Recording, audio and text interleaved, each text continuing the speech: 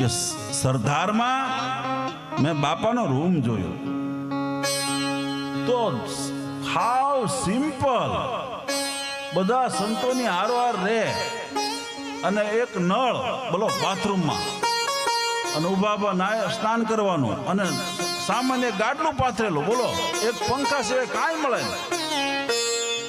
અને સાહેબ વિચાર કરો, સ્વામીજીના સ્વાંગને જુઓ ને તો અમે કેટલાય જગ્યાએ સિલાઈ કરીએ છીએ, ફાટી જાય કપડું, ફાટી જાય સિલાઈ કરીને પહેરે અને જગતને જરિયાન પહેરાવે ઈ સંત. આ કાંઈ જેવી તેવી વાત નથી. હું ચારણ છું, મારી નજર બધે હોય, તમે એમ નહીં સમજતા.